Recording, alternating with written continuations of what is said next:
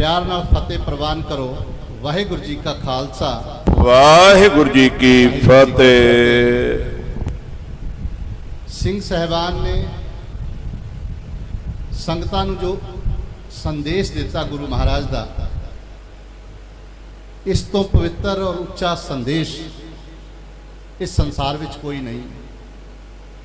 आप जी ने एक ही संदेश दिता है कि इस संसार में असी अमृत की दात प्राप्त करने लई आए हैं।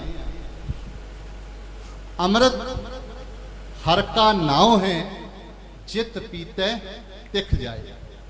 अगर असी चाहते हैं कि साडे सारे विघन, साडियां सारियां बीमारियां दा नाश हो जाए, तो एक ही तरीका है, वो है अमृत की प्राप्ति। गुरु नानक देव महाराज जी दे वचन हैं। आप जी कहते हैं, जिस जल निध कारण तुम जग आए, सो अमृत गुर पाही जियो। छोड़ो वेश भेख चतुराई, दुबदा ए फल नाही जियो। बाहर ढूंढे बहु दुख पावे, घर अमृत घट माही जियो। कि अमृत साडे शरीर के अंदर है, लेकिन गुरु साहब ने सानू बाहर भी अमृत की दात प्राप्त करने का संदेश दिता है। और बाहर की दात प्राप्त करने तो बाद असी सच्चे अमृत नूं अंदरों प्राप्त करिए, इसका संदेश भी श्री गुरु ग्रंथ साहब महाराज ने दिता है। आप जी कहते हैं, 9 दरवाजे 10वें मुक्ता, अनहद शब्द वजावने। कि 9 द्वारे खाली करके जब असीं 10वें च जावांगे तो उत्थे की है, 9 दर ठाके धावत रहाए, 10वें निज घर वासा पाए। उथे अनहद शब्द वजै, दिन राती गुरमती शब्द सुनावने। कि असी अगर अंदरों अमृत की दात प्राप्त करनी है तो सानू अंदर 10वें विच जाना पैना। हुणे सिंह साहबान नूं असीं सुन रहे सां, आप जी ने बड़ा प्रेम और प्यार का रस्ता दस्या। अमृत प्राप्त करने लई सानू गुरु के चरणों में जाना पैना है। आप जी कहते हैं, मेरे प्रीतमा हो जीवा नाम ते आए। देखो कितना बड़ा संदेश देते हैं कि अगर ये जीवन चलता है तो केवल नाम के सहारे चलता है, शब्द के सहारे चलता है। बिन नामे जीवन नाथिए, कहता बिना नाम तो ये जीवन नहीं चल सकता। मेरे सतगुर नाम दृढ़ाए। और गुरु कौन है? जो सानू नाम ते दृढ़ कर दिंदा है, नाम ते पक्का कर दिंदा है। बिना नाम तो होर पासे साडे ध्यान नू नहीं जाण दिंदा। इसलिए गुरु की महिमा है। की महिमा है? गुरु ग्रंथ साहब महाराज कहता है, गुरु गुरु गुरु कर मन मोर, गुरु बिना मैं नाही हो। तो इतनी महिमा है गुरु दी।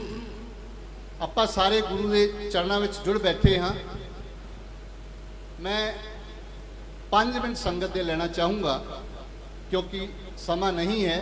असी साडे बहुत ही सत्कारयोग संत बाबा प्रीतम सिंह जी नूं बड़े प्यार दे नाल सुनना है। ये जिहड़े समागम हैं क्यों किए जाते हैं? आपां कोई भी काम करते हैं उसके पीछे मकसद होंदा है। उसका एक मकसद है कि ये जीवन सफल हो सके। लेकिन सफल किस तरह होंदा है? 2 तरीके गुरु साहब दसते हैं। एक तो इस संसार विच परोपकार करिए। ये जीवन मिलया है परोपकार करने वास्ते। अगर असी दूसरियां दा भला करांगे, संत बाबा सुखदेव सिंह जी अज की कर रहे हैं? जो बच्चे पढ़ाई नहीं कर सकते उन्होंने पढ़ाई करवा रहे हैं। और उस तो भी वड्डी गल कि पढ़ाई संसारिक नहीं, कली संसारिक पढ़ाई नहीं, वो तो करवा ही रहे हैं, नाल नाल सच्ची विद्या भी दे रहे हैं। आप जी कहोगे जी सच्ची विद्या की है? श्री गुरु ग्रंथ साहब महाराज समझाता है सच्ची विद्या की है सच्ची विद्या? विद्या विचारी ता पर उपकारी।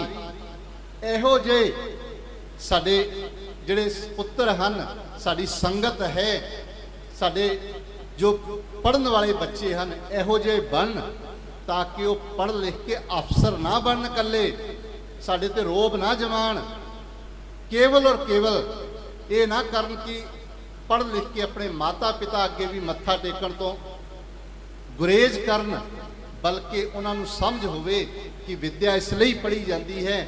ਗੁਰੂ ਗ੍ਰੰਥ ਸਾਹਿਬ ਮਹਾਰਾਜ ਇਹ ਸਿੱਖਿਆ ਦਿੰਦਾ ਹੈ ਕਿ ਅਗਰ ਤੁਸੀਂ ਪੜ੍ਹ ਗਏ ਹੋ ਤਾਂ ਦੂਜਿਆਂ ਦਾ ਭਲਾ ਕਰੋ। ਇਸ ਦਾ ਕੀ ਫਾਇਦਾ ਹੋਣਾ ਹੈ?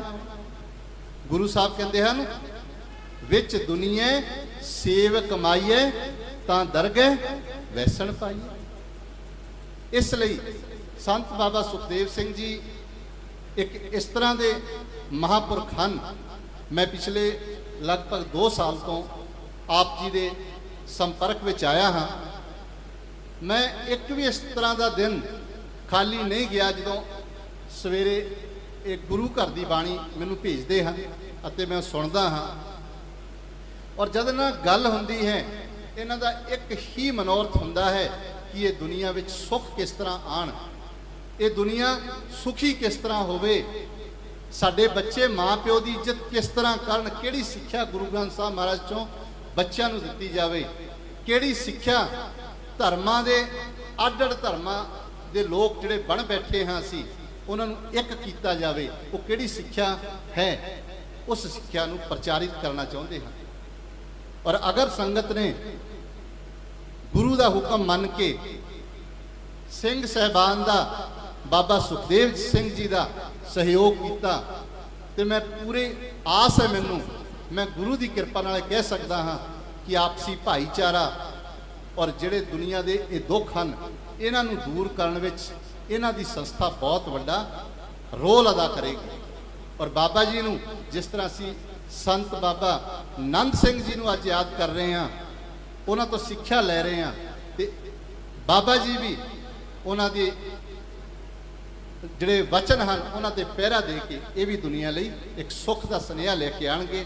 ਸੋ ਮੈਂ ਬਹੁਤ ਜ਼ਿਆਦਾ ਕੁਝ ਨਾ ਕਹਿੰਦਾ ਹੋਇਆ ਆਪ ਜੀ ਨੂੰ ਅੰਤ ਵਿੱਚ 2 ਗੱਲਾਂ ਕਹਿਣਾ ਚਾਹੂੰਗਾ ਕਿ ਗੁਰੂ ਦੀ ਸਿੱਖਿਆ ਨੂੰ ਕੇਵਲ ਔਰ ਕੇਵਲ ਅਸੀਂ ਪੜ੍ਹਨ ਤੱਕ ਸੀਮਿਤ ਨਾ ਰੱਖੀਏ, ਕਿਉਂਕਿ ਗੁਰੂ ਸਾਹਿਬ ਨੇ ਇੱਕ ਸ਼ਬਦ ਲਿਖਿਆ ਹੈ।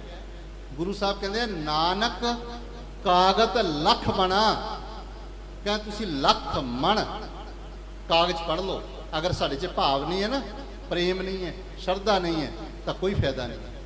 ਨਾਨਕ ਕਾਗਤ ਲਖ ਮਣਾ, ਪੜ ਪੜ ਕੀਚੈ ਭਾਓ, ਮਸੂ ਟੋਟ ਨਾ ਆਵਈ, ਲੇਖਣ ਪਾਉਣ ਚਲਾਓ, ਭੀ ਤੇਰੀ ਕੀਮਤ ਨਾ ਪਵੇ, ਹੋ ਕੇਵੜ ਆਖਾ ਨਾਉ। ਕਿ ਉਹ ਨਾਮ ਦੀ ਬੇਅੰਤ ਮਹਿਮਾ ਹੈ।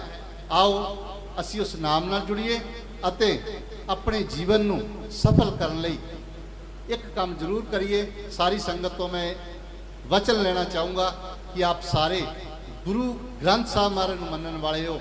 ਗੁਰੂ ਗ੍ਰੰਥ ਸਾਹਿਬ ਮਹਾਰਾਜ ਕਹਿੰਦਾ ਹੈ, ਸਾਤ ਧਰਤੀ ਭਈ ਹਰਿਆਵਲੀ, ਜਿੱਥੇ ਮੇਰਾ ਸਤਿਗੁਰ ਬੈਠਾ ਹੈ। ਕਿ ਅਸੀਂ ਸਾਰੇ ਆਪਣੇ ਆਲੇ ਦੁਆਲੇ ਹਰੇ ਪੇੜ ਪੌਦੇ ਲਾਈਏ, ਹਰਾ ਭਰਾ ਕਰੀਏ ਔਰ ਜੜੀ ਬੂਟੀਆਂ ਤੋਂ ਆਪਣੇ ਜੀਵਨ ਨੂੰ ਸਵਾਰੀਏ।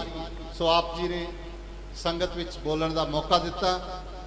ਆਪ ਜੀ ਦਾ, ਮਹਾਂਪੁਰਸ਼ਾਂ ਦਾ ਬਹੁਤ ਬਹੁਤ ਧੰਨਵਾਦ। ਵਾਹਿਗੁਰੂ ਜੀ ਕਾ ਖਾਲਸਾ, ਵਾਹਿਗੁਰੂ ਜੀ ਕੀ ਫਤਿਹ।